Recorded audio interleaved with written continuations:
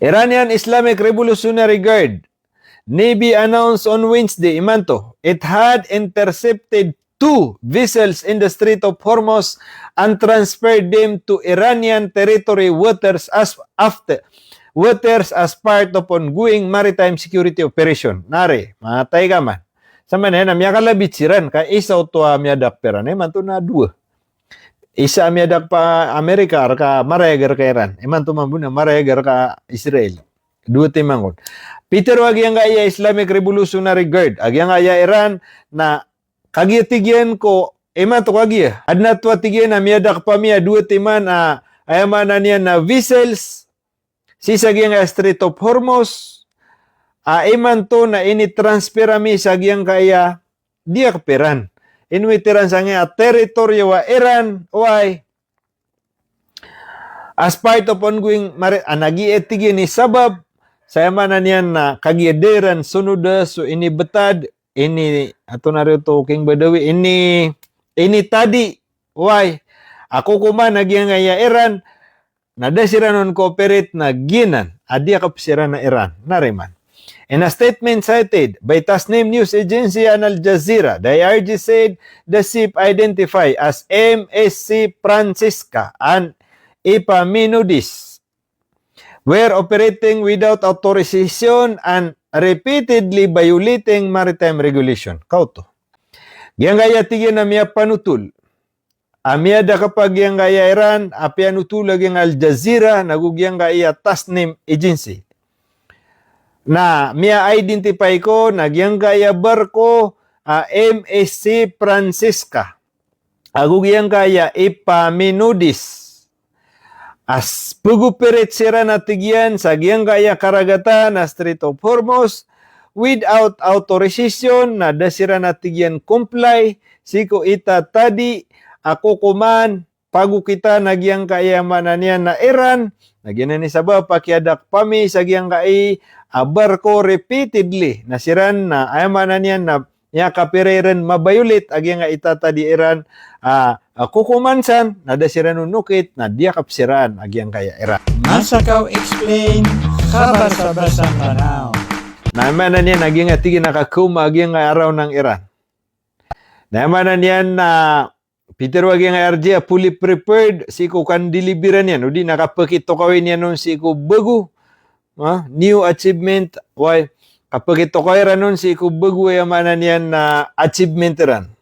Ago mga surprise, si kuya mananian na mga redway. Ay mananian na diran pipikiran na kumayran ra kami.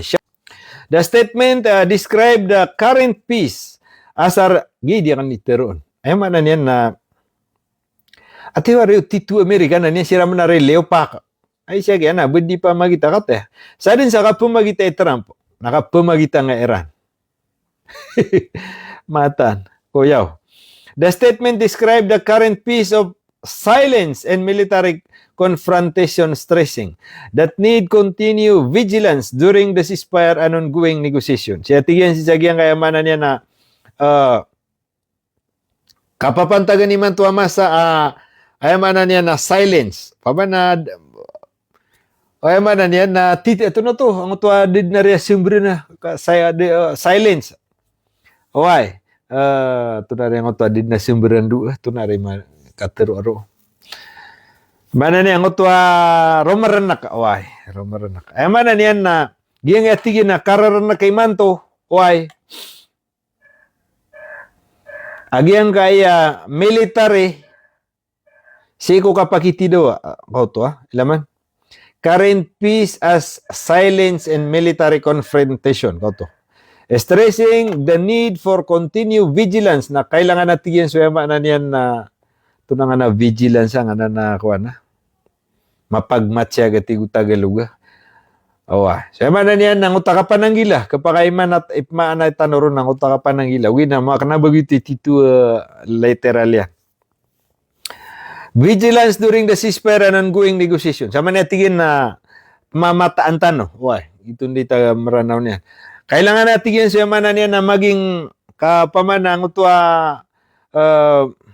kapugilatan o sagyang kaya masa, sagyang kaya di ka negosisya, si sagyang kaya ongoing negosasyon na gusto yaman na niya na ceasefire. Na kailangan suyaman na niya na mapagmatsyagtan, no? Di na, tunaw to, nagi. It added that Iran missile and drone operations have already inflicted significant damage on the Israeli military infrastructure in the region. Katatapangan tanod na tigyan nagyang kaya mga drone nagyang kaya katatapangan tanod na tigyan nagyang kaya mga drone nagyang kaya Iran. Nakatata na sumiyo kay si Abu Ahsan.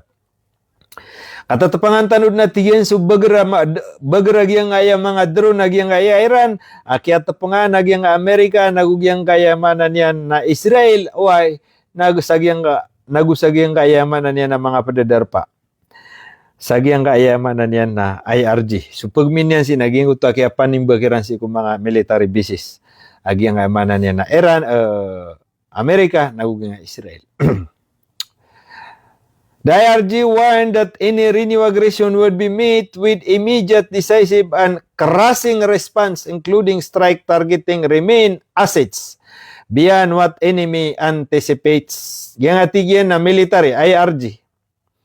Nayaman na niyan na pagkain ka nami, so yaman na niyan na mga gumugubat. Why yaman na niyan na gupuni-upuni, agyang gaya katidawa na kataman yun na tigyan, agyang gaya tigyan, ayaman na niyan na immediate, decisive.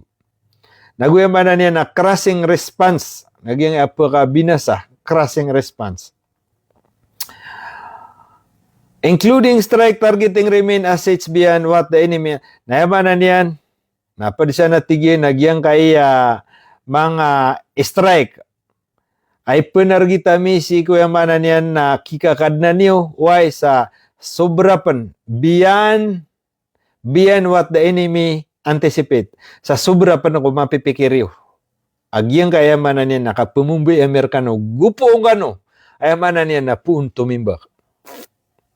Iranian military officials emphasized that the branches of the armed forces remain an high level of readiness.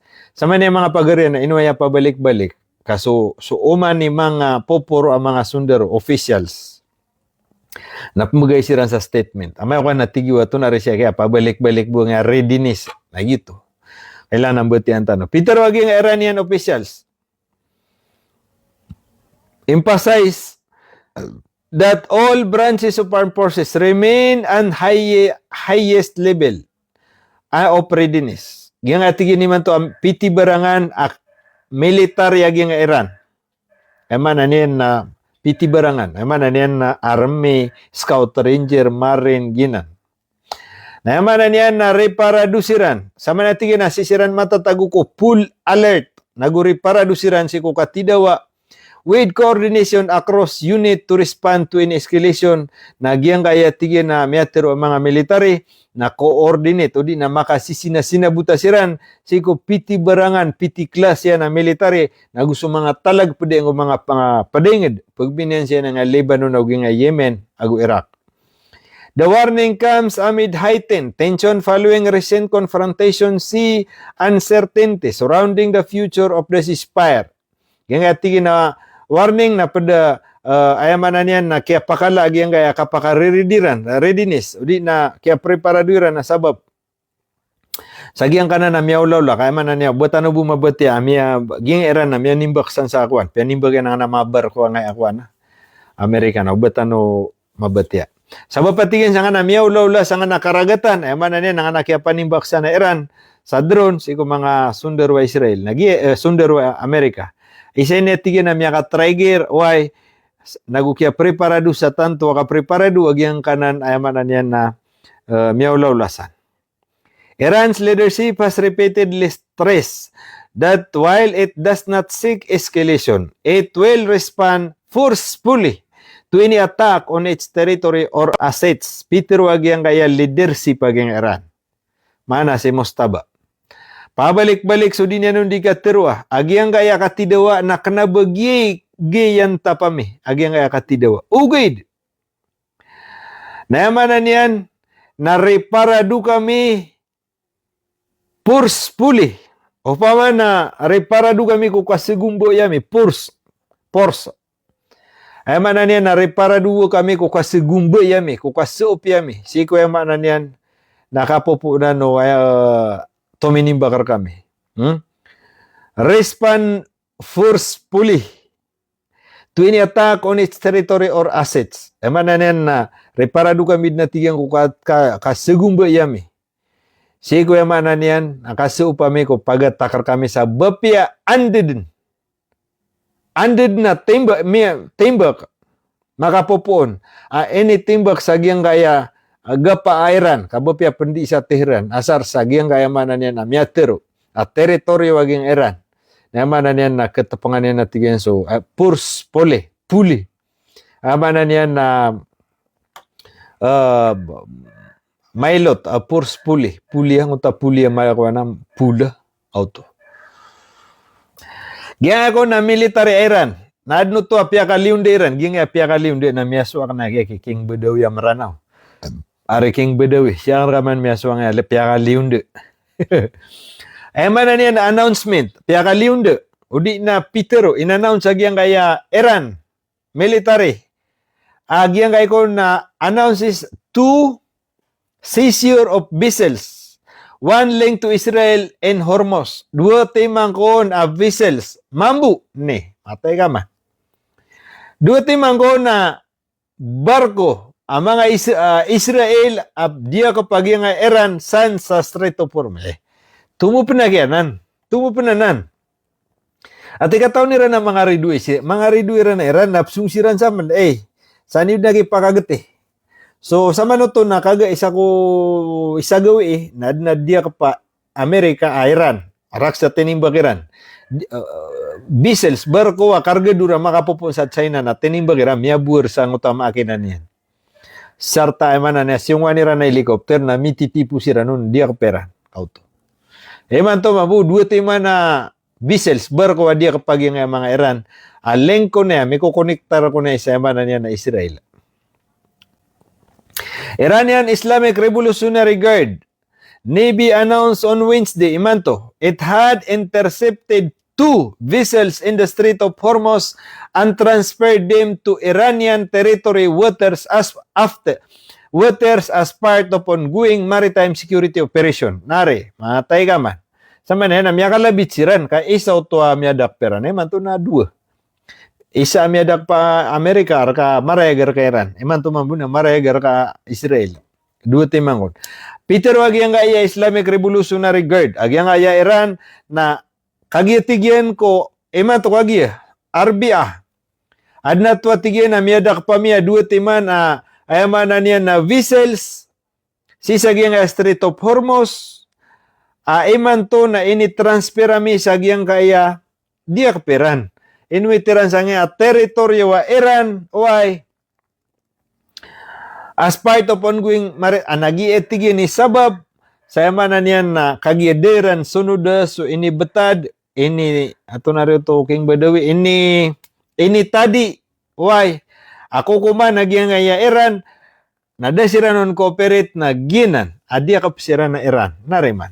In a statement cited by Tasnim News Agency and Al Jazeera, the IRG said the ship identified as MSC Francisca and Epaminondas were operating without authorization and repeatedly violating maritime regulation. Kauto.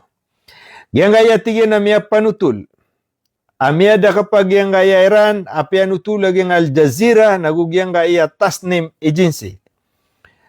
Na miya identify ko nagyang kaya barko MSC Francisca agugyang kaya Epaminondas as pugupirit sira na tigyan sa gyang kaya karagatan na Strait of Hormuz without authorization na dasira na tigyan comply siko ita tadi ako kuman pagu kita nagyang kaya mananian na Iran nagyan ni sabab pakiadak pami sa gyang kai barko repeatedly nasiran na ayamanan yan na niya kapiriran mabayulit agi nga itata di Iran kukumansan na dasiran nunukit na dia kapsiran agi ang kaya Iran. Nariman, mariga ka man nari isawaw.